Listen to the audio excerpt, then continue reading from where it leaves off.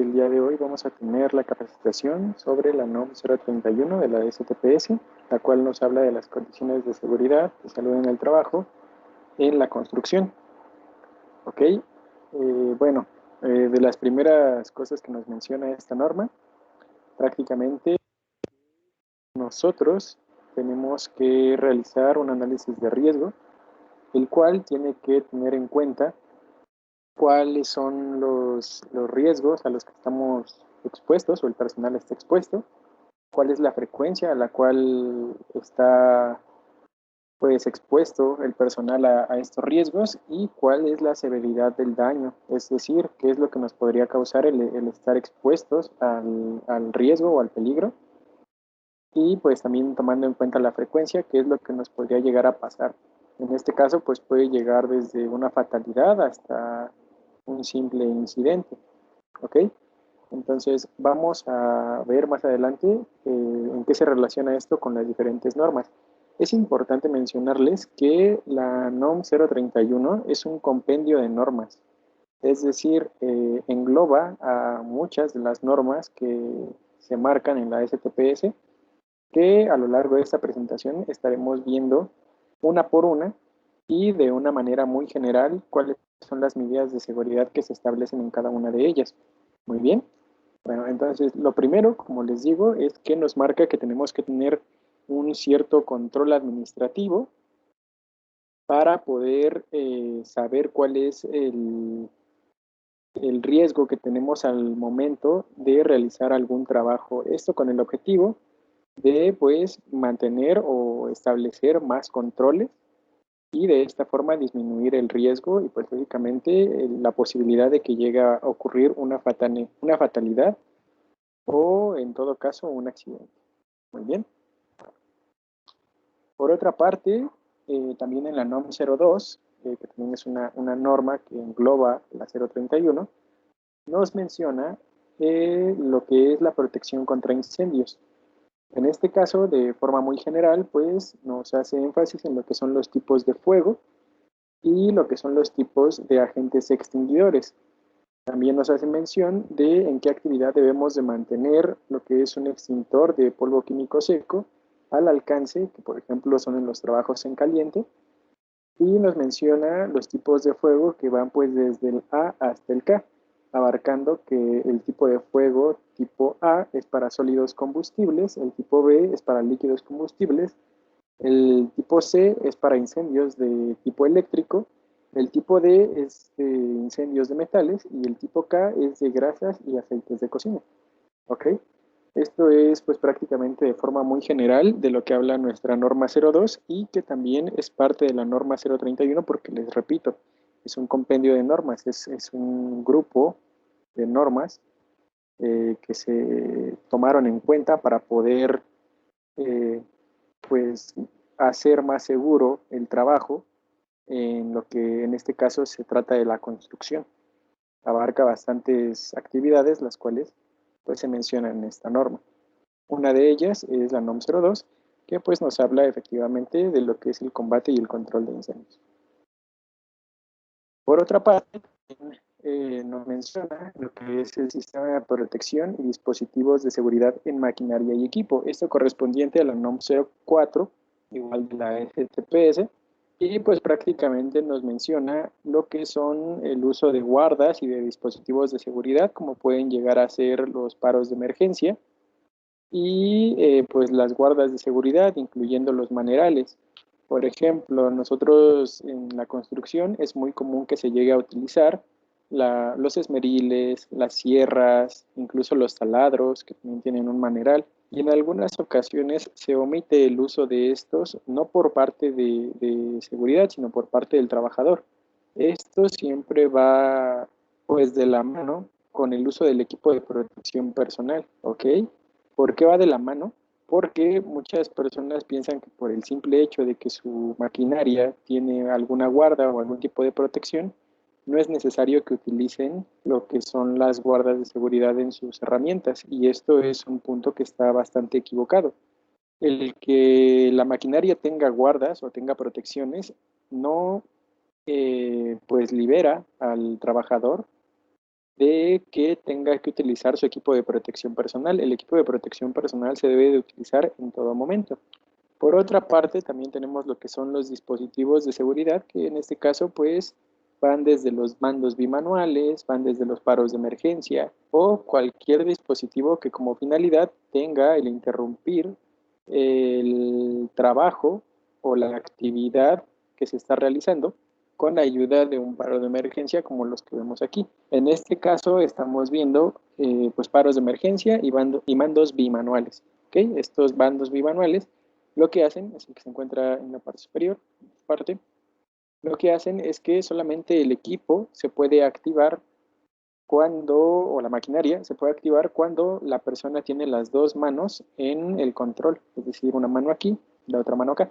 ¿Esto en qué nos ayuda? Pues prácticamente en que el trabajador no pueda meter alguna de sus manos en pues el lugar que podría tener algún punto de atrapamiento o estaría expuesto a algún riesgo en caso de que por distracción o tal vez de forma intencional, no sabemos, el trabajador puede introducir la mano en el lugar donde puede llegar a sufrir una lesión. ¿Ok? Y por otra parte también nos hace mención de lo que pues se debe de aplicar para nosotros poder bloquear algún sistema el cual nos puede llegar a hacer daño. En este caso, por ejemplo, algún sistema eléctrico. Nos hace mención sobre los procedimientos LOTO, que se debe de llevar algún control, un etiquetado y un bloqueo por parte del trabajador y de las personas que estén trabajando en el área, ¿vale? Esto pues siempre en conjunto con la supervisión de pues el equipo de seguridad. Esto es prácticamente lo que abarca la norma 04 en cuanto a sistemas de protección y dispositivos de seguridad en maquinaria y equipo. Por otra parte, también tenemos lo que es el almacenamiento de materiales. En este caso, se sugiere o se pide al personal que al momento ya sea del transporte o del almacenamiento de estos materiales peligrosos, se debe de tener ciertas características en el lugar donde se almacenan. Donde se almacenan debe de ser un lugar que en todo momento se encuentre ventilado, es decir, que no se pueden guardar, por ejemplo, en cuartos que estén totalmente cerrados, ya que esto podría hacer que si hay alguna fuga a la hora de abrir las puertas o el lugar donde pues se esté almacenando estos materiales, pueda ocurrir una explosión o no se pueda tener acceso en caso de una emergencia. Entonces deben de ser lugares que estén ventilados. Por otra parte, el material debe de estar correctamente identificado conforme a lo que marca en la NOM 018 o en este caso el sistema globalmente armonizado, que más adelante lo vamos a ver en otra de las normas que comprende esta norma 031. Pero en cuanto a esta norma del manejo y almacenamiento de materiales, nos pide también que sea en lo que son los recipientes adecuados, en este caso, por ejemplo, para los combustibles son este tipo de bidones, y que solamente se almacene la cantidad necesaria o bueno, la cantidad mínima que se podía llegar a utilizar en el proyecto. ¿Por qué? Porque no podemos almacenar grandes cantidades ya que pues el nivel de riesgo podría aumentar en caso de un accidente. ¿Ok? Por otra parte, también nos hace mención de que a la mano debemos de tener las hojas de datos de seguridad y debemos de contar con el equipo de protección personal necesario para la manipulación de estos materiales peligrosos que tengamos almacenados. Por otra parte, también nos menciona que debemos de tener algún plan de emergencia en el cual contemplemos el lugar donde se encuentran estos materiales peligrosos y el deber actuar de las personas que se encuentran encargadas.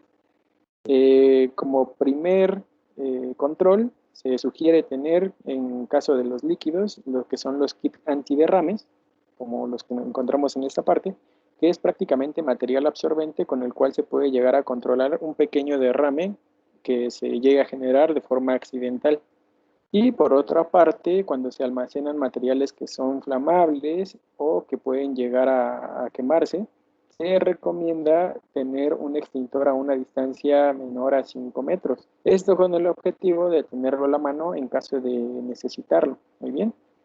Por otro lado, lo que nos exige también es que debemos de transportar lo que son los cilindros o los tanques de oxígeno, de acetileno o de algún otro material de forma vertical, y en caso de almacenarlos tenemos que respetar la compatibilidad de los mismos. Es decir, por ejemplo, cuando se almacena acetileno, no lo podemos mezclar con la grasa, ya que pues como reaccionan podemos empezar bueno, podemos hacer que se lleguen a producir algún tipo de incendio o alguna reacción química. Entonces, en esto hace mucha sugerencia entre checar la compatibilidad de lo que son los materiales peligrosos y de la forma de almacenarlos.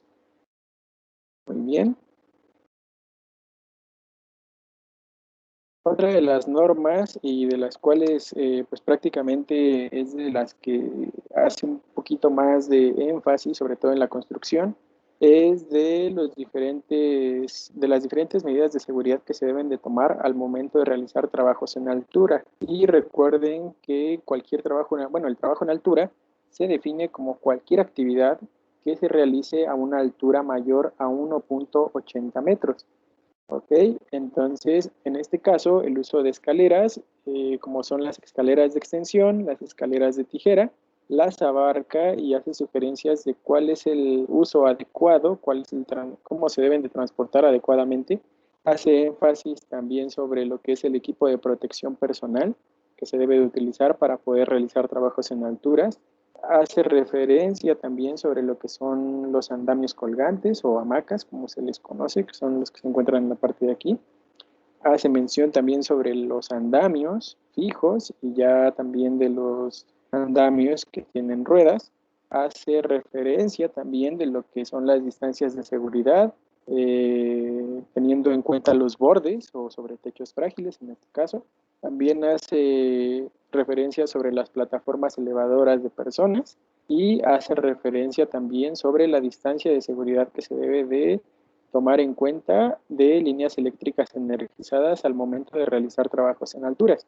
Vamos a empezar pues prácticamente por lo que son las escaleras de tijera. Las escaleras de tijera nos hace referencia a que debemos de tener un hombre de apoyo en la parte de abajo que esté sujetando lo que es la escalera para evitar que se llegue a voltear. Nos hace referencia que debemos de checar o contar con un checklist que de forma documental nos asegure que la escalera se encuentre en buenas condiciones. Este checklist hace referencia a que nosotros tenemos que hacerlo de forma periódica. Debemos de establecer un calendario para poder hacer el checklist de estos equipos, igual de cualquiera de los andamios, de las plataformas, de los equipos de protección personal y demás cosas. Todo eso lo tenemos que tener documentado y tenemos que hacer ese checklist. Hace mención también sobre que no, en las escaleras de tijera no debemos de pasar del antepenúltimo escalón. Esto con el objetivo de que la escalera no pierda, bueno, no perdamos el equilibrio con las escaleras y podamos caer. De igual forma, de no trabajar por fuera de los límites de la escalera, de no subir cosas a la escalera, de que dos personas no pueden estar arriba de las escaleras, y pues prácticamente que las escaleras no se pueden utilizar para realizar trabajos prolongados, sino solamente para trabajos que no duren mucho tiempo. Esto porque no están diseñadas para que una persona esté trabajando sobre ellas. Acuérdense también que tenemos que utilizar lo que es la regla de los 3 puntos. Es decir, cuando subes o bajas escaleras, en todo momento tienes que tener ya sean 2 pies y una mano en contacto con la escalera, o 2 manos y un pie. Entonces, para poder realizar trabajos en una escalera, no se podrían respetar esta regla de los 3 puntos, ¿ok? Por otra parte, también nos hace mención de las escaleras de extensión, que aparte de los puntos que ya mencionamos de las escaleras de tijera, se debe de sobrepasar 90 centímetros si es que se requiere subir a la azotea, en este caso. Deben de pasar por lo menos 90 centímetros para que el ascenso sea de forma segura. También tenemos que respetar otra regla, que es la regla de los 4-1, y esta regla nos marca que por cada 4 metros de altura que vayamos a poner nuestra escalera, tenemos que separar la escalera de extensión 1 metro. Esto quiere decir que pues prácticamente es la regla de los 4-1. Muy bien, 4 metros de altura, 1 de separación.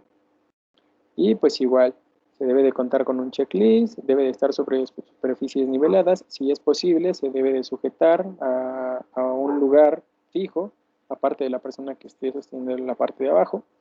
Y por ningún motivo se debe de subir con cosas en las manos. Igual por el tema de la regla de los 3-1. Muy bien. Por otra parte, en cuanto a las hamacas, nos hace referencia de cómo debemos de realizar los cálculos para evitar que pues, vaya a colapsar la estructura y las medidas de seguridad, que entre las que más destacan es la altura de los barandales, que debe contar barandales de por lo menos 90 centímetros, con otro colocado a la mitad, pues serían los 45 centímetros, que no se debe de superar la inclinación de 15 grados al momento de ir bajando la hamaca o el andamio colgante, pues para evitar que el personal pueda perder el equilibrio. No se puede trabajar igual en ningún trabajo en altura, se puede trabajar por fuera de los bordes, de los andamios, de los barandales. En este caso, pues es de...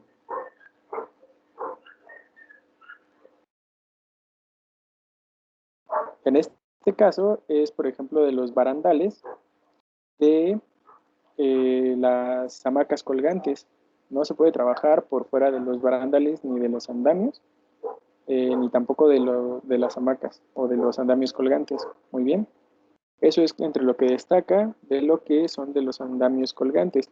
Ahora, por parte de los andamios de torre, nos hace referencia que deben de tener unas escaleras que sean de acceso. Las plataformas deben de estar completas y no deben de tener una separación mayor a 2.5 centímetros.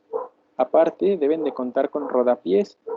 Igual, deben de contar con sus barandales, los cuales deben de ser respetados por los trabajadores y no pueden trabajar por fuera de ellos. Las crucetas y las partes tubulares del andamio deben de estar en perfectas condiciones, sin cuarteaduras o golpes o deformidades que puedan comprometer su estabilidad. Y en caso de tener lo que son las ruedas, no se puede mover el andamio si hay personas en la parte de arriba. Y en todo momento tienen que contar todas las ruedas que tenga el andamio, deben de contar con un freno o un sistema de bloqueo para evitar desplazamientos inadecuados o bueno, indeseados. Y en caso de que un andamio llegue a tener una altura de tres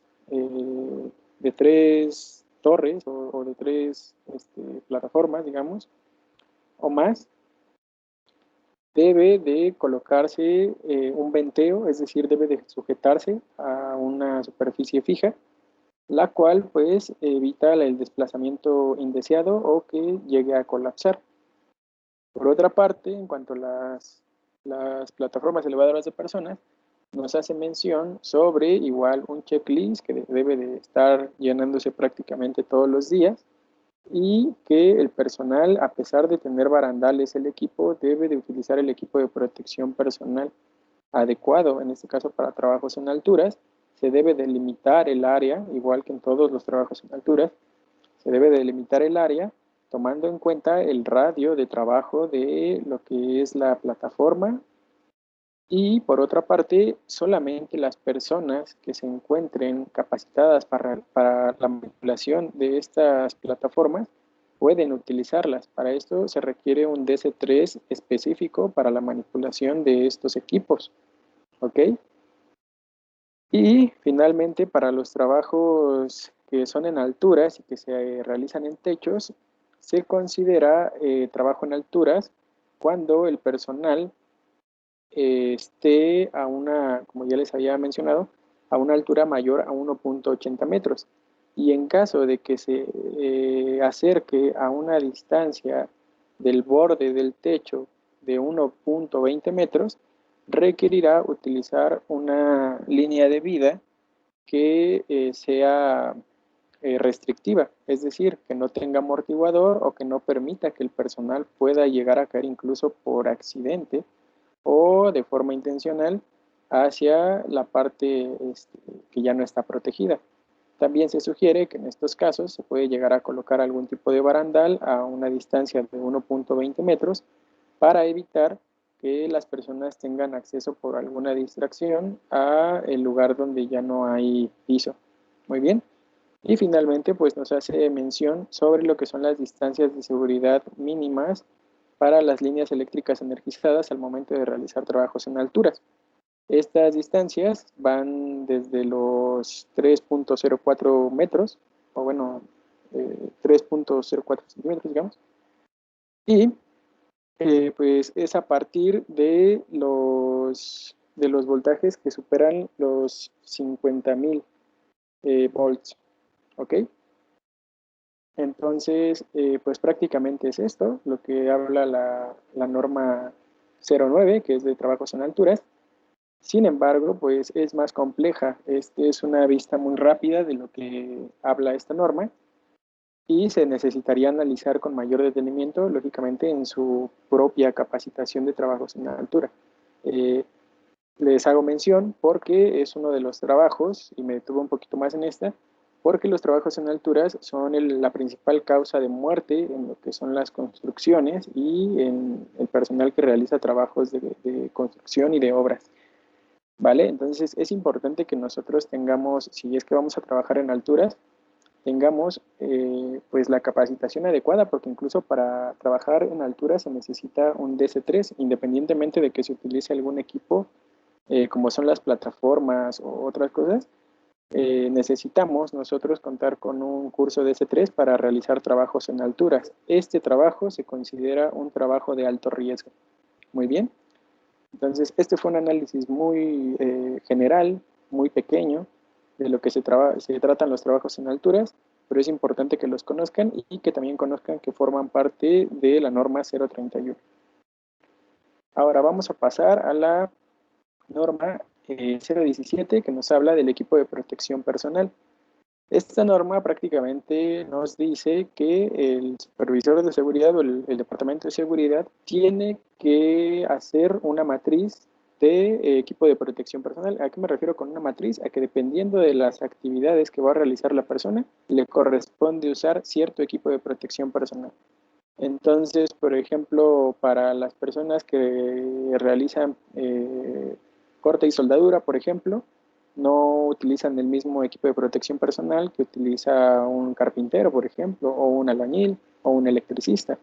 Cada uno de ellos debe de tener el equipo de protección personal específico que le corresponda. Y esto está indicado en la matriz de equipo de protección personal, que seguramente se encuentra en la carpeta de seguridad que su supervisor pues ya realizó. Muy bien. Entre esta norma, lo que nos destaca es que pues, el equipo de protección personal no sirve para evitar un accidente. Para lo que nos sirve el equipo de protección personal es para disminuir las lesiones en caso de que suframos un accidente. Muy bien. Este equipo de protección personal debe de contar con las certificaciones mínimas aprobadas por la STPS, que en su mayoría son superiores a la ANSI, una certificación que se le da al equipo de protección personal, y debe de contar también con una inspección que el supervisor de seguridad y también el trabajador deben de llenar en conjunto. Acuérdense que el equipo de protección personal se revisa todos los días por parte del trabajador y en caso de encontrar alguna anomalía, será necesario que se lo reporte a su supervisor de seguridad. Y finalmente también nos indica lo que es el mantenimiento, limpieza y caducidad de nuestros equipos de protección personal, porque recuerden que el equipo de protección personal también caduca. Esto, igual les menciono, es algo muy general de lo que habla esta norma, porque en realidad pues nos habla de un poco más de lo que les estoy mencionando en este momento. También tenemos una capacitación que pues hace un análisis más profundo de lo que se trata esta norma de equipo de protección personal. Pero es importante que ustedes tengan en cuenta que la limpieza se debe de hacer solamente con agua y con jabón. No se pueden utilizar ningún tipo de solventes y el jabón debe de ser solamente jabón neutro, que el equipo de protección personal por lo regular tiende a caducar en un plazo de 5 años, pero que si, por ejemplo, un arnés de seguridad ya estuvo involucrado en algún accidente o ya se activó una línea de vida, es decir, ya se activó el amortiguador, este equipo de protección personal se deberá de desechar. Igual si un casco ya presenta una fisura o si lo pintaron con algún tipo de pintura de aceite o ya se quemó o algo por el estilo, igual debe de ser desechado y reemplazado para que el trabajador siga estando protegido de alguna forma. Muy bien. Entonces, a grandes rasgos, esto es de lo que habla la norma 017 de equipo de protección personal. Por otra parte, aquí tenemos la identificación de sustancias químicas peligrosas, que como les decía, también tiene que ver con el almacenamiento y transporte de sustancias y materiales peligrosos. En este caso, generalmente, pues podríamos decir que ahorita se está ocupando lo que es el sistema globalmente armonizado, que es prácticamente esta compilación, digamos, de pictogramas, los cuales nos hacen referencia a qué tipo de riesgos estamos expuestos al momento de manipular ciertos químicos. Estas etiquetas, estos pictogramas, están presentes en algunas sustancias químicas, dependiendo de la cual hablemos, y tienen diferentes significados. Por ejemplo, este es de toxicidad, de corrosivo, de daños a la salud, de irritante, de explosivos, de comburentes, de inflamables, de daños al medio ambiente y de recipientes sujetos a presión. ¿Okay? Este tipo de pictogramas los podremos encontrar en diferentes químicos o en diferentes sustancias que podemos manipular. También podemos encontrar una H que significa hazard o peligro y una P de prudence o de prudencia. ¿Okay? Estos van acompañados de una ficha de seguridad, la cual nos describe en 16 partes de esta ficha de seguridad, son las que deben de tener, cuáles son los riesgos a los que estamos expuestos, cómo podemos actuar ante un derrame, con qué se puede mitigar en caso de que sea inflamable, con qué se puede controlar en caso de que sea un líquido peligroso, cómo se debe de manejar, cómo se debe de almacenar, qué equipo de protección personal debemos de utilizar, en caso de ingestión, qué es lo que debemos de hacer, en caso de contacto con la piel, qué tenemos que hacer, diferentes cosas que pues vienen en esta ficha de seguridad, la cual en todo momento debe de estar presente cuando nosotros estemos trabajando con algún tipo de sustancia química peligrosa. Y por otra parte, también nos indica que los recipientes que debemos utilizar deben de ser los recipientes adecuados y cada uno de ellos, bueno, adecuados conforme a lo que nos indique la ficha de seguridad, y que cada uno de estos recipientes debe de contar con una etiqueta, la cual debe de tener como mínimo estos 6 datos, ¿ok? Entonces, pues prácticamente esto es de lo que nos habla la norma de identificación de sustancias químicas peligrosas, que de alguna forma es algo adaptado a la norma 018, pero también forma parte de lo que es la norma 031. ¿Ok? Bueno, ahora vamos a ver lo que es la norma 019, que son las comisiones de seguridad e higiene. Esta comisión debe de estar conformada, lo que nos marca la norma es de que debe de estar conformada por diferentes representantes de lo que sea el área de trabajo, la empresa o el ramo al que nosotros nos estemos dedicando. Debe de estar conformada por ejemplo, personal operativo, personal administrativo, personal de gerencia, personal de ingeniería. Esto con el objetivo de que todas las partes involucradas estén enteradas de los riesgos o de las cosas que están pasando en nuestra área de trabajo, ¿ok? Estas personas se estarán reuniendo en fechas ya programadas, en un calendario, para asignar ciertas inspecciones o auditorías a las áreas de trabajo y al personal, para de esta forma poder diagnosticar cuáles son los principales riesgos, peligros, incidencias que se llegan a dar en este entorno. Muy bien. Posterior a esto, se podrán reunir y darle propuestas o soluciones a estos problemas que encontraron en sus recorridos de seguridad. Finalmente, también tienen otro tipo de actividades, como son la investigación de accidentes. En caso de que llegue a haber algún accidente en nuestro centro de trabajo, de lo que están encargadas estas personas, esta comisión de seguridad, es de saber o investigar cuál fue la causa del accidente de esta persona. Para esto hay diferentes métodos, los cuales en alguna otra capacitación sobre comisiones de seguridad también se deben de abordar o las vamos a abordar. Y por otra parte, esta misma comisión de seguridad debe de recibir capacitaciones para poder tener una facilidad más efectiva de poder detectar riesgos o peligros o condiciones inseguras y pues también de poder hacer una investigación de accidentes, porque para hacer una investigación de accidentes se deben de seguir ciertas metodologías, las cuales deben de conocer los integrantes de la Comisión de Seguridad a través de una capacitación para tal fin. Muy bien. Y finalmente, pues como les digo, en caso de que las investigaciones de accidentes arrojen algún tipo de contramedida, la Comisión de Seguridad será la encargada de verificar y auditar al personal para hacer que pues, las contramedidas que se acordaron se lleven a cabo o se desarrolle algún plan, ya sea de algún control de ingeniería o algún control administrativo, según sea el caso del accidente, ¿no? Entonces, pues prácticamente esta es la Comisión de Seguridad e Higiene y es también parte de la compilación de normas que tenemos de la Secretaría de Seguridad, perdón, es parte de las normas que tenemos de la STPS. Muy bien.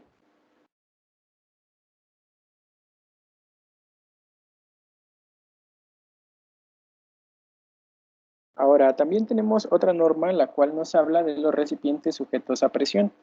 Estos recipientes sujetos a presión los engloba desde lo que son las compresoras, los tanques y en este caso pues también los extintores no están incluidos, pero se deben de considerar también como un recipiente sujeto a presión porque pues dentro de su tanque también tienen lo que son los, bueno, tienen químico, el cual a nosotros pues nos puede llegar a causar algún accidente en caso de que lleguen a explotar. Muy bien. Es importante que al nosotros tener contacto con los recipientes sujetos a presión, estemos conscientes de los peligros a los que estamos expuestos. Por ejemplo, en caso de que uno de estos cilindros de oxígeno o de acetileno llegase a tener alguna fuga o algún problema en la válvula o llegue a tener algún hoyo, sin problema podría llegar a perforar lo que es una pared de ladrillos o de blocks, ¿ok? Con facilidad. Entonces es importante que nosotros siempre tengamos en cuenta los riesgos a los que estamos expuestos y sepamos cómo manipular estos cilindros para evitar pues algún accidente. Igual nos hace mención de que deben de estar totalmente monitorizados por personal especializado, porque muchos de ellos cuentan con lo que son los manómetros, pero en algunos casos no se revisan las presiones o los parámetros con los que está trabajando, por ejemplo, algún tipo de calderas o algún compresor. Entonces, es importante que todos estos equipos cuenten con un manómetro en el cual nosotros nos podamos basar cuál es la presión, bueno, podamos saber, perdón, cuál es la presión a la cual está sujeto este recipiente. También la norma 031, haciendo referencia a la 026, nos hace de nuestro conocimiento lo que son los colores y señales de seguridad. En este caso empieza con las formas geométricas, que pues la primera forma que vemos que es un círculo con una raya en medio, significa prohibición. Lo que es un círculo solamente nos indica una obligación. Un triángulo nos indica lo que es precaución y ya sea un cuadrado o un rectángulo nos informa, bueno, nos indica lo que es información, ¿ok? Con base a esto también vienen lo que son los colores de seguridad.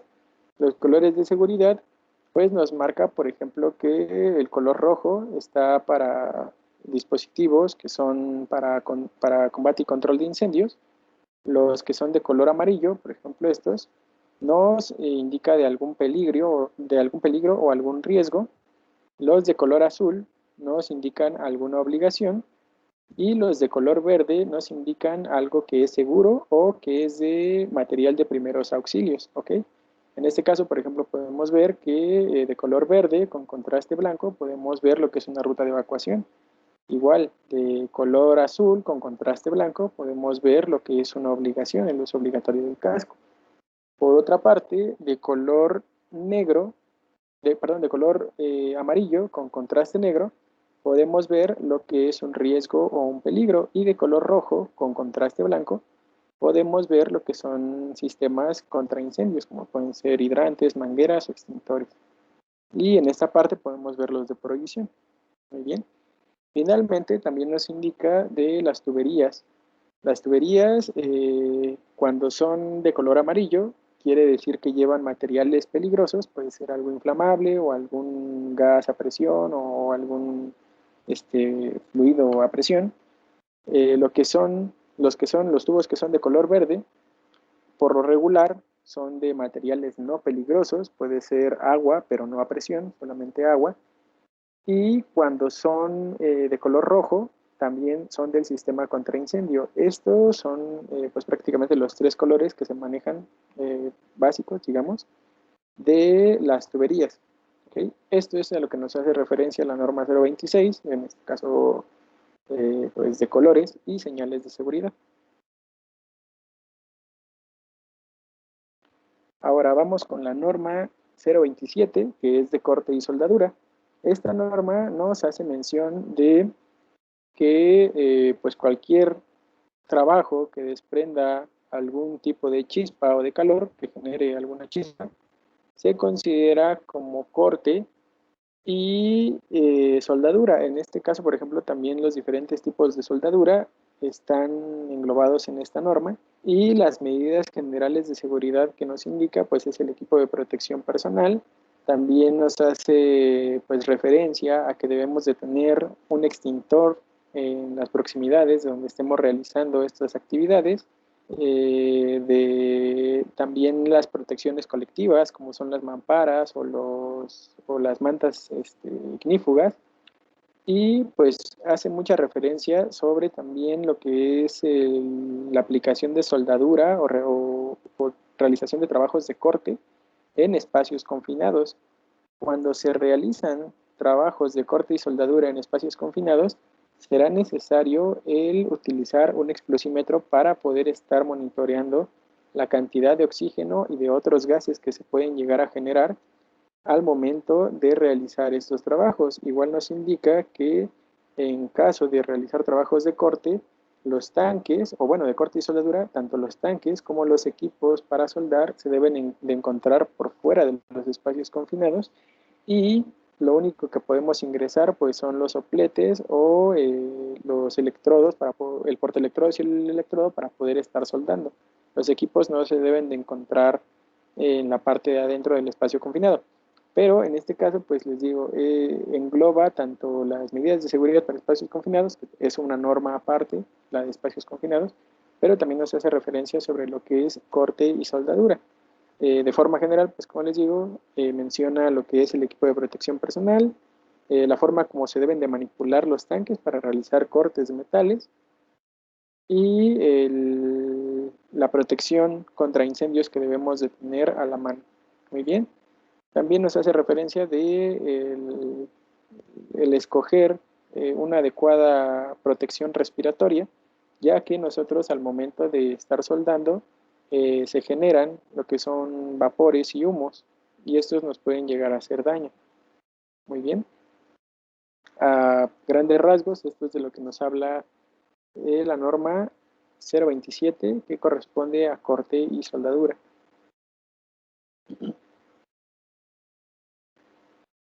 También nos hace mención Otra norma, la 029, sobre el mantenimiento de las instalaciones eléctricas. En este caso también nos hace referencia a lo que es el bloqueo y etiquetado de energías peligrosas, que en este caso sería la electricidad, que debemos de tener un extintor disponible, en este caso sería un extintor de CO2, porque pues es el adecuado para un incendio eléctrico. Nos hace referencia también sobre la herramienta que debemos de utilizar, que debe de estar completamente aislada. El equipo de protección personal debe de estar completamente aislado también. Las escaleras, que en este caso es algún tipo de herramienta o equipo. Y pues igual, tanto el equipo de protección personal que debemos utilizar, dependiendo del voltaje con el que vamos a trabajar. Van desde botas aisladas, lentes y guantes dieléctricos, hasta pues prácticamente trajes para arcos eléctricos que se mezclan junto con otras protecciones colectivas como son los tapetes dieléctricos.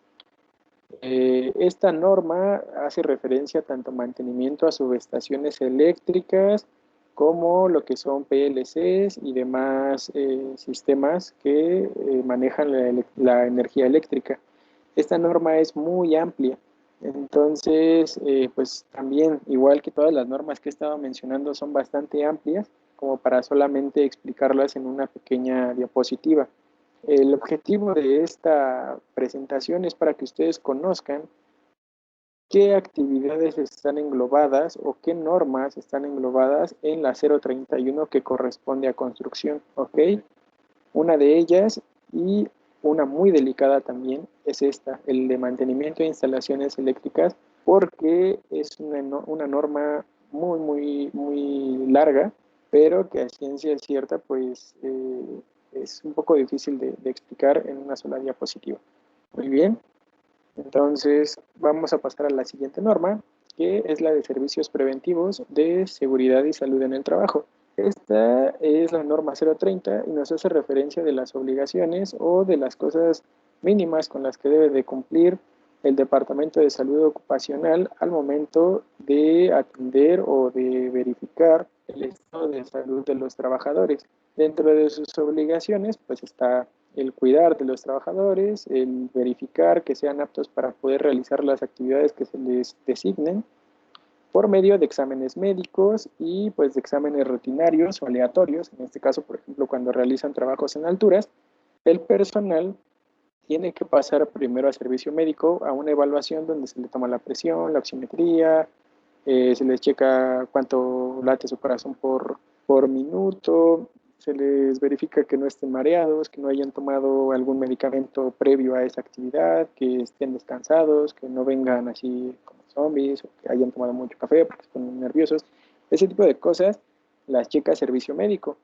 Por otra parte, también realiza lo que son las capacitaciones y lo que son las campañas de salud ocupacional. Esto es pues prácticamente para concientizar al personal sobre los riesgos, por ejemplo, que implica el fumar o el tomar mucho alcohol o no hacer ejercicio. Hay diferentes campañas que dependiendo del calendario que programe de salud ocupacional, se les podrán estar brindando a ustedes pues pequeñas pláticas sobre lo que es pues, la salud general.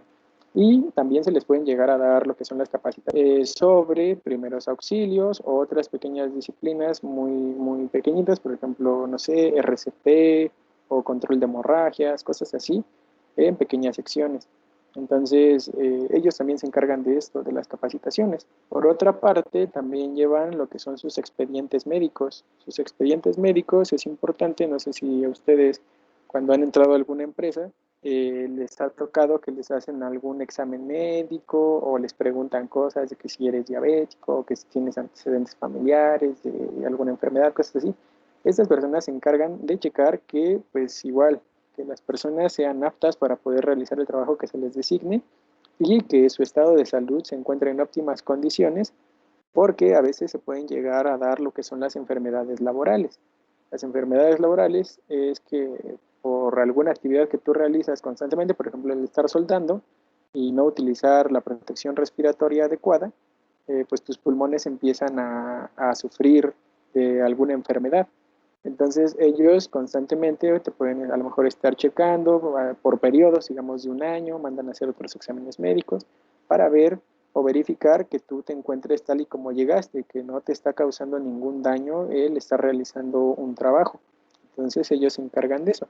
Y al principio, al ingreso del personal, cuando somos nuevos en una empresa, recuerden que también nos hacen exámenes médicos. Ellos se encargan de definir qué exámenes médicos nos corresponden de acuerdo a la actividad que vamos a realizar y ya que los mandan a hacer al laboratorio, ellos los interpretan y los agregan a lo que es nuestro expediente médico. ¿Ok? Ahora, también tienen la otra función que pues es de que en caso de que una persona llegue a sufrir algún accidente, ellos lo pueden llegar a atender y en caso de necesitar alguna atención especializada, los estabilizan en el lugar y le hablan a una ambulancia o a alguien que los transporte a un hospital en el cual a ustedes les puedan atender de la forma como lo necesitan. ¿Ok? Y pues como les decía, pues prácticamente su trabajo es el estar al pendiente de la salud del personal y pues que el trabajo que estén realizando no les esté generando alguna enfermedad o algún malestar en cuanto a la salud. Muy bien. Esta norma, les repito, es la norma 030 y se trata de los servicios preventivos de seguridad y salud en el trabajo.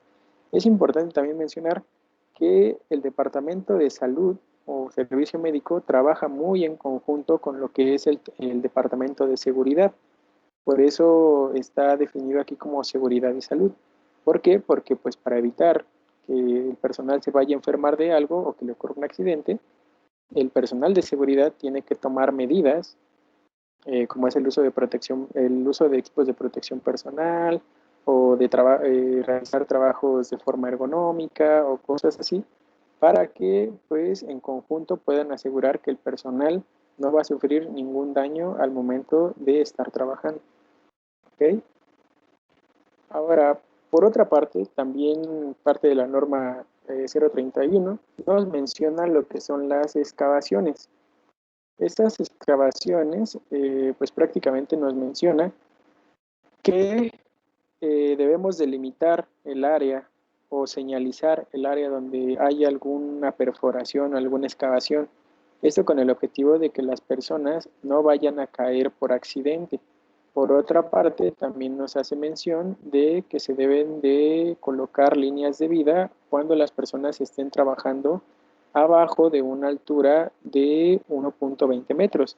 Esto con el objetivo de que si llega a haber algún derrumbe, se pueda tener, se siga la cuerda, digamos, la línea de vida, para ver dónde está el trabajador o dónde quedó enterrado. Nos menciona de las distancias de seguridad que debe de tener la maquinaria que esté trabajando cerca del personal.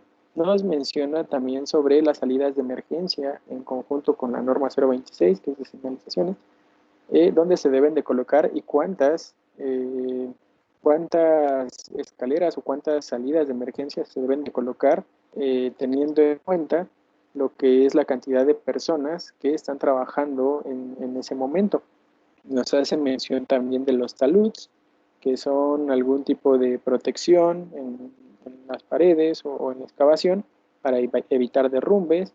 Y también nos hace mención sobre que debemos de tener los planos de donde vamos a trabajar o algún estudio que pueda definir dónde se encuentran líneas de agua, líneas de teléfono, líneas eléctricas y todo este tipo de cosas que nos podemos llegar a encontrar, incluso tuberías de gas, pues para evitar algún accidente. ¿Ok? Igual, es de forma muy general esta norma, la excavaciones, también es bastante amplia y pues hace referencia a las medidas de seguridad que se deben de tomar al momento de realizar excavaciones. Muy bien. Por último, también nos menciona lo que son los espacios confinados. Los espacios confinados los categoriza en dos tipos, el tipo 1 y el tipo 2, en el cual pues prácticamente el tipo 1 son en donde hay una concentración de oxígeno entre 19.5 y 23.5. Es un lugar donde no se necesita un equipo de respiración autónoma. Sin embargo, los espacios confinados tipo 2 en estos casos sí es necesario utilizar un equipo de respiración autónoma y nos hace referencia a que son espacios donde hay una concentración de oxígeno menor de 19.5 o mayor de 23.5. Cuando es menor de 19.5, lo que nos puede pasar es que nos puede hacer falta el oxígeno y nos podemos desmayar. Bueno, el personal que está trabajando dentro del espacio confinado. Pero cuando son mayores a 23.5, esto también es delicado porque acuérdense, en alguna capacitación que hayan tomado sobre combate y control de incendios, nos menciona que entre más oxígeno haya, hay más riesgo de alguna explosión, ¿ok? O de algún incendio. Entonces, cuando son espacios confinados con una concentración mayor a 23.5% de oxígeno, también se deben de tomar medidas para evitar alguna explosión. Se hace también referencia sobre la monitorización constante de los espacios confinados con ayuda de un explosímetro, el cual nos indicará si hay algún gas nocivo o algún gas explosivo o algún gas que nos pueda llegar a hacer daño, nos podamos llegar a desmayar. Y este explosímetro se le debe de proporcionar a una de las personas que se encuentran dentro del espacio confinado y en caso de que haya varias cuadrillas, se le debe de proporcionar a todos los integrantes. Muy bien. También hace referencia sobre lo que es el bloqueo de energías, o en este caso de materiales peligrosos, con ayuda de lo que es una etiqueta y un sistema de bloqueo, aparte de un candado. Esto porque muchas veces se hace lo que es mantenimiento o alguna otra actividad dentro de silos o de tanques que suelen contener alguna sustancia o algún químico. Entonces es importante bloquearlo porque por accidente alguien podría llegar a abrir alguna válvula que se cerró y el material puede llegar a caer sobre las personas que están trabajando dentro. Muy bien, igual hace referencia sobre que se deben de purgar o dejar ventilar estos espacios confinados hasta que pues el explosímetro nos indique que ya es seguro el ingreso del personal. También nos hace referencia sobre un pequeño protocolo de que el personal nunca debe de trabajar solo y debe de haber un vigía en la parte de afuera del espacio confinado, el cual debe de controlar el ingreso al espacio confinado y debe de estar pendiente de las personas que se encuentran al interior del mismo. Hace referencia sobre lo que es el equipo de protección personal específico para este tipo de actividades y en específico de lo que es la protección respiratoria y los equipos de respiración autónoma. Pero igual, este es una norma bastante amplia que pues se necesita también tener a detalle. Esta es otra de las actividades de alto riesgo que se consideran y pues es difícil explicarla en una salida positiva, pero necesito que sepan que conforma parte de lo que es la norma 031.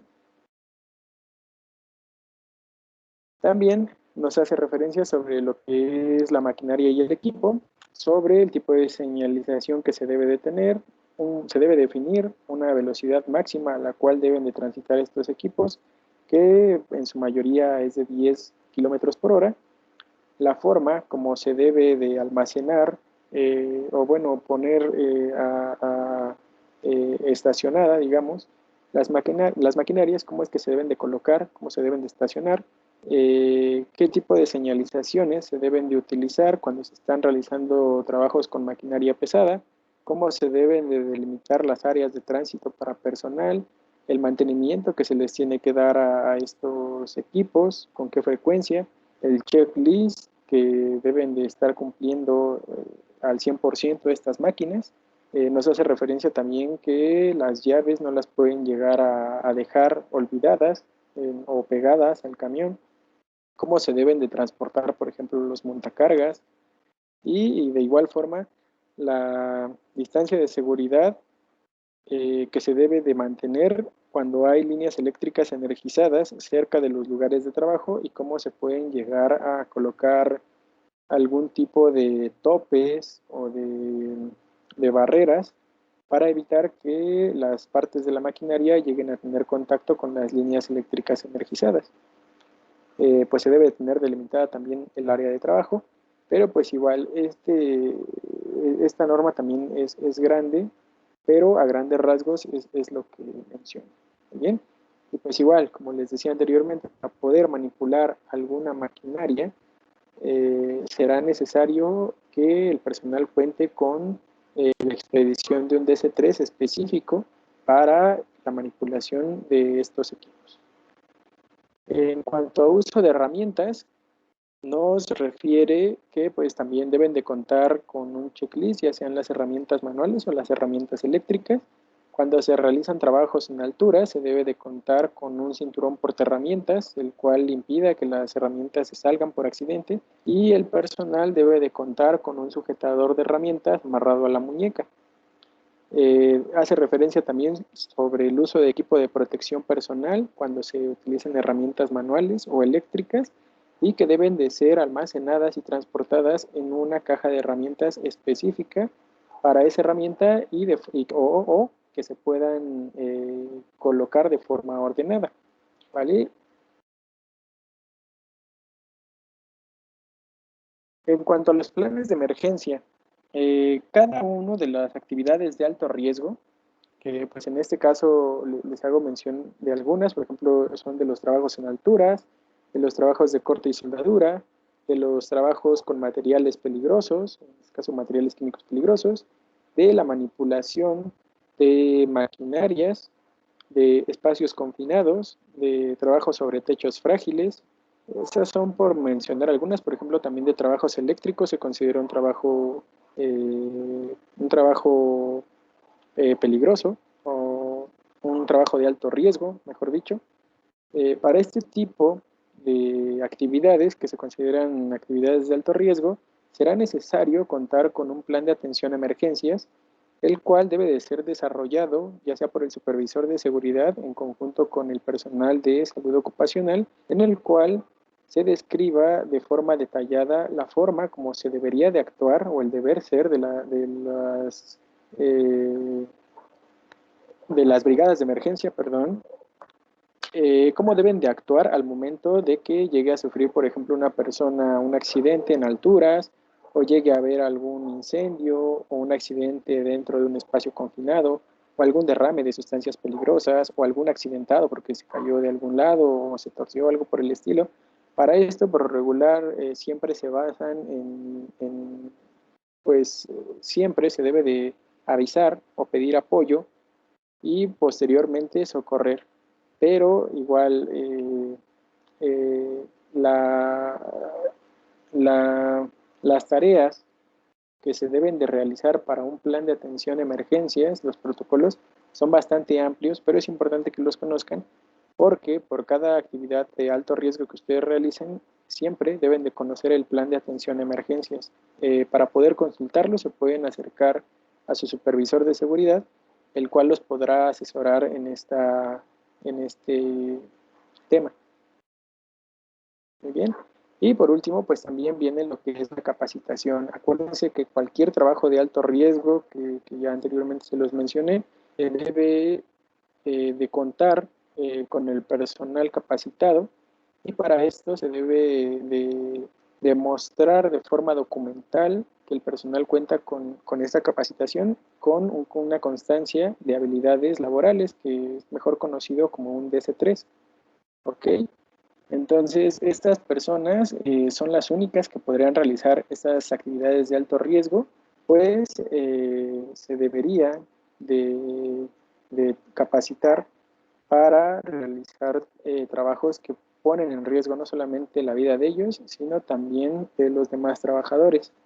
Y pues prácticamente esto es lo que se encarga la capacitación. También pues es importante que conozcan lo que acabamos de ver, por ejemplo, de herramientas, de la cultura de seguridad, de las señales de seguridad y de las comisiones de seguridad, en fin. ¿Okay? La investigación de accidentes, como bien les dije, es realizada por la Comisión de Seguridad. Entonces, ellos se encargan en conjunto con el Departamento de Seguridad, Ingeniería, de Salud Ocupacional, de Gerencia y demás pues, partes del lugar donde estamos trabajando, se encargan de diseñar un plan o una metodología para de esta forma ellos seguir esta metodología para averiguar cuál fue la causa de ese accidente. Por ejemplo, aquí tenemos una que es de los 5 porqués, y pues esta es muy sencilla, prácticamente es, por ejemplo, ¿qué pasó? O, sí, ¿qué pasó? Un trabajador se cayó. ¿Por qué se cayó? Ah, porque pisó mal. ¿Y por qué pisó mal? Ah, pues porque se resbaló. ¿Y por qué se resbaló? Ah, porque sus botas estaban en malas condiciones. ¿Y por qué sus botas estaban en malas condiciones? Ah, porque no se las han cambiado hace un año. ¿Y por qué no se las han cambiado hace un año?